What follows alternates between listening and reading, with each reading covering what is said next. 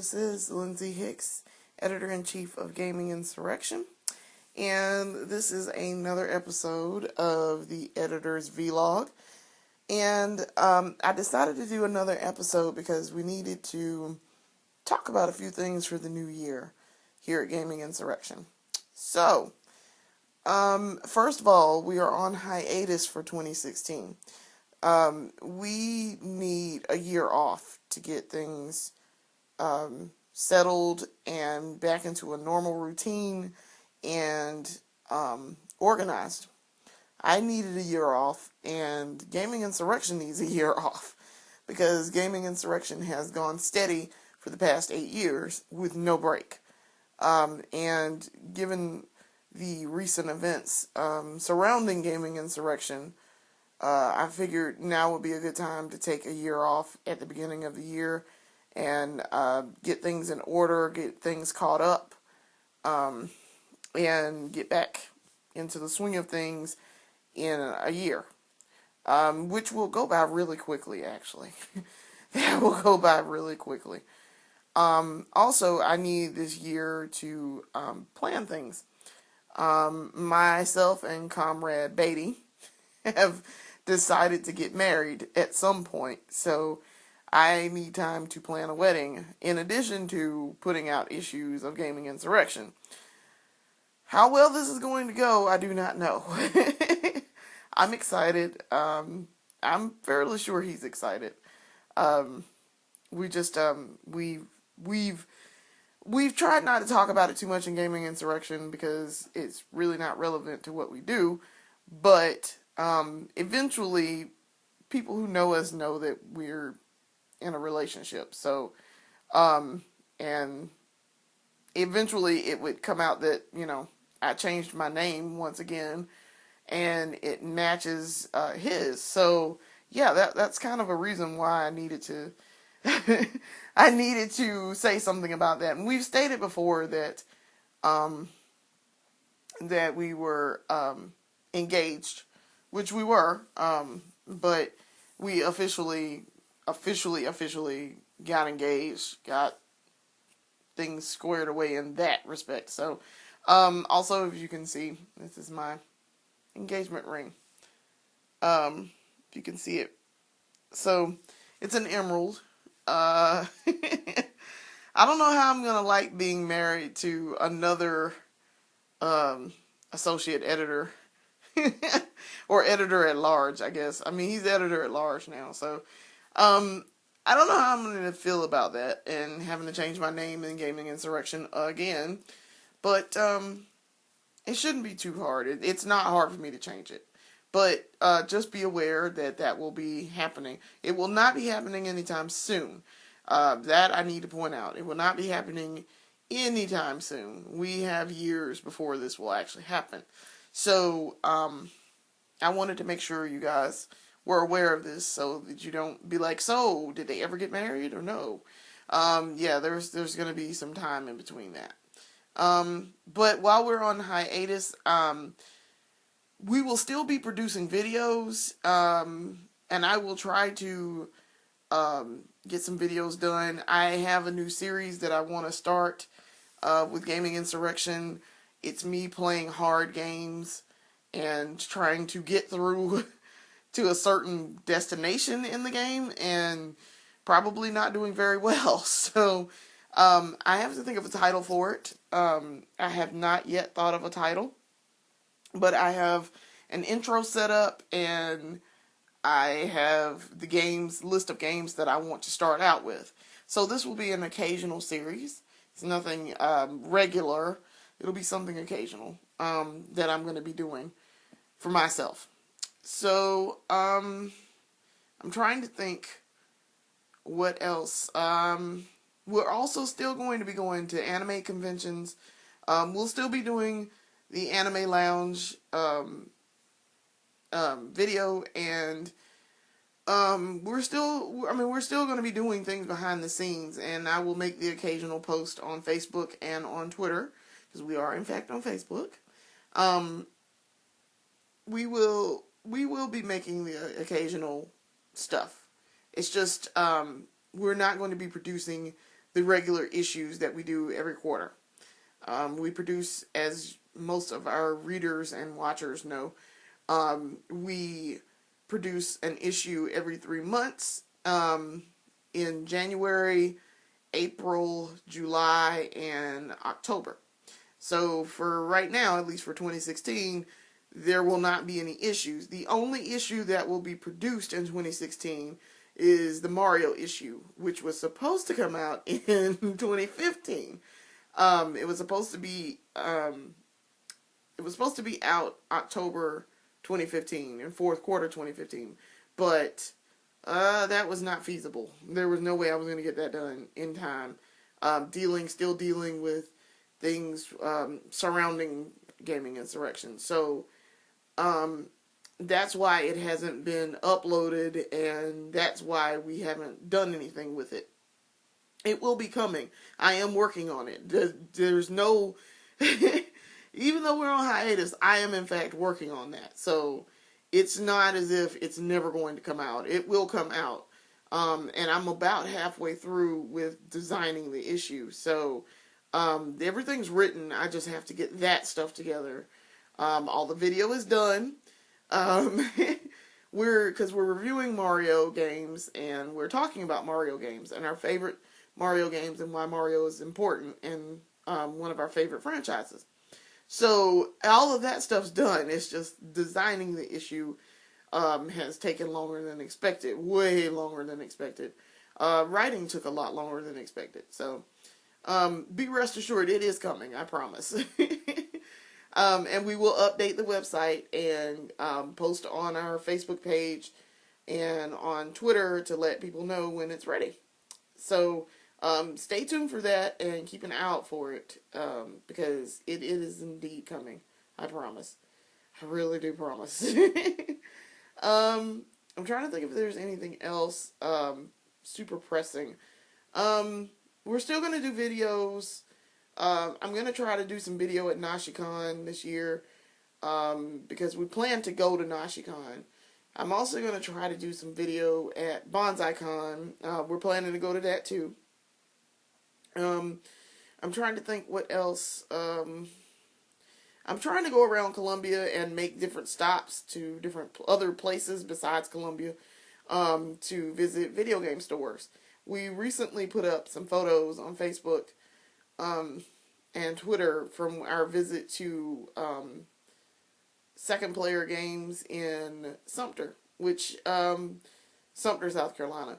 It's a pretty cute little store. It's small, but it's run by someone who used to work at Pixels and Pawns, which was here in Columbia. It has now closed. So, the only, retro video game, solely dedicated retro video game store left in Columbia is Software Seconds.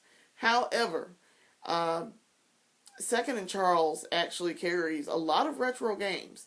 So that's also a good place to go look if you're looking for something older, not so old like Dreamcast wise, but probably like PS2 games that are now hard to track down and you can't buy them at GameStop. That's the place to go. And Software Seconds, they're still around and they're still doing very well. I try to make it out there a couple of times a month, if I can make it out there. Sometimes I don't go every month. I try to go every couple of months, just to check in with them and see how they're doing. But they were for those who don't know, they were our very first distributor. When I was actually printing issues of Gaming Insurrection, they volunteered and were very happy to have the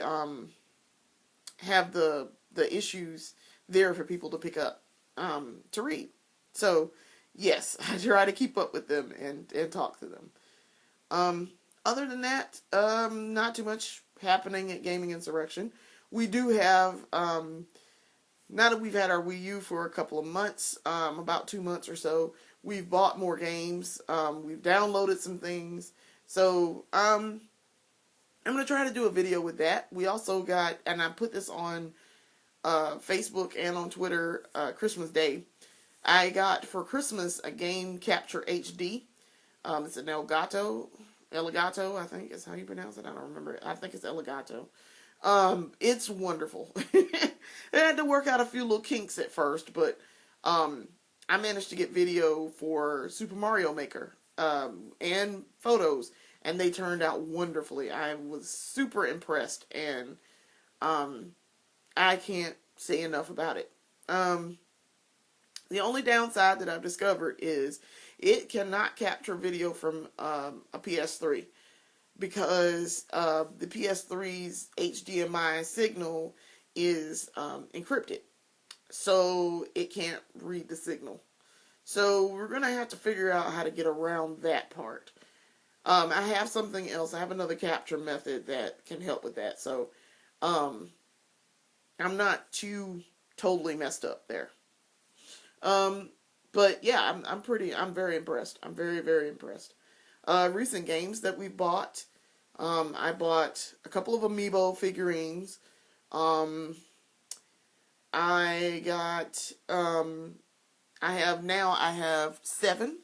I have Tom Nook, mostly Animal Crossing figurines, but I have Tom Nook, Mabel, Isabelle, Digby, Link. I'm going through my mind as I'm thinking about it. I have 30th anniversary Mario. That's 6, and then I have one more, and I can't think of who it is. Crap, I can't think of who it is, but I have 7. And I like them. I really like them. I use my Amiibo figurines. I also bought Animal Crossing Amiibo Festival, which I've seen the reviews online. I didn't read the reviews before I bought it, but it's a cute little game. I don't see where all the hate is. I mean, I can see how if you were expecting something in terms of like Mario Party finesse, that you're not going to get that. It's not. It's very Animal Crossing centric. If you have never played Animal Crossing, you can still pick it up and play it. It's really simple to get into, and I like that because for somebody like me, though, who's played a lot of Animal Crossing, I know a lot of the things, like the trivia questions. There's a mini game for trivia questions. I know most of the questions. Like, I know most of the answers. I'm an Animal Crossing player. I've been playing since 2003. So, yeah, I've been playing for a really long time. So I know most of the answers, but there are some that are new to, like, New Leaf. And so that, I'm like, yeah, I don't know that. But if it was anything before City Folk and New Leaf, I know it. So, yeah. But I have a lot of the Amiibo figurines so that I can use the Amiibo stuff to do... I can unlock stuff in Super Mario Maker. And... it just dawned on me what the other figurine was. I just bought it. Luigi. I have Luigi. But I use those to unlock all of my Amiibos to unlock stuff in Super Mario Maker. And then also I use them for Happy Home Designer, Animal Crossing Happy Home Designer, which I also bought when it came out. Because as an Animal Crossing player, of course I'm going to go have all of the spin-offs. I enjoy that too. It's interesting, and I like the upgrade in systems. The game system is a lot better than like regular old Animal Crossing. So having played as a matter of fact, I've played every iteration of Animal Crossing at this point. Having played every iteration of it, Happy Home Designer, I can say with a large degree of certainty that Happy Home Designer is in fact an upgrade when it comes to the game system, how things work within the Animal Crossing universe. It's a lot easier to move furniture around. It's a lot easier to design rooms. Like, I wish they would take what they've put into Happy Home Designer and put that into actual Animal Crossing, because that would make doing things like 10 times more simple than it is to do right now. And it's not that hard in actual Animal Crossing, but I actually like how the layout thing works now. And you can put things on half spaces, and like to an Animal Crossing player like myself who's been playing a really long time, that's a major improvement over what we're used to, okay? We are excited about this. So, yes, I have to say it's an upgrade. We've also bought Borderlands the pre-sequel. So I've yet to start it. Because as we all know, I play Borderlands, a lot of Borderlands, the first one and the second one. And I haven't played the Tales from the Borderlands. I haven't played that yet. But I bought Borderlands the pre-sequel I think for PS3. I don't think I bought it for 360. I think I just bought it for PS3 because it was cheap. So I was like, oh hey, I'll just go buy this. Um I don't know how I'm gonna like it. But we'll see.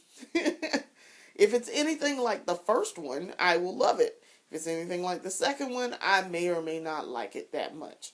I mean, don't get me wrong, I like Borderlands 2, but I prefer the first game immediately to the second game.